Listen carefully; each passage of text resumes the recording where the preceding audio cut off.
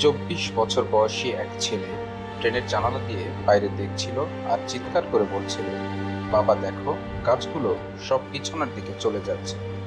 বাবা হাসছিল এবং পাশের সিটে বসা এক জুটি ছেলেটির এমন বাচ্চা সুলভ আচরণ সহানুভূতি নিয়ে দিচ্ছিল। হঠাৎ করে ছেলেটি আবারও চেঁচিয়ে উঠল, বাবা দেখো, মেঘগুলো আমাদের সাথে দৌড়াচ্ছে।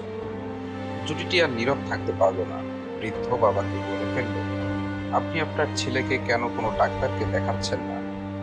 উত্তরে হেসে বাবা বলল, আমি দেখিয়েছি, আমরা হাসপাতাল থেকেই আসছি।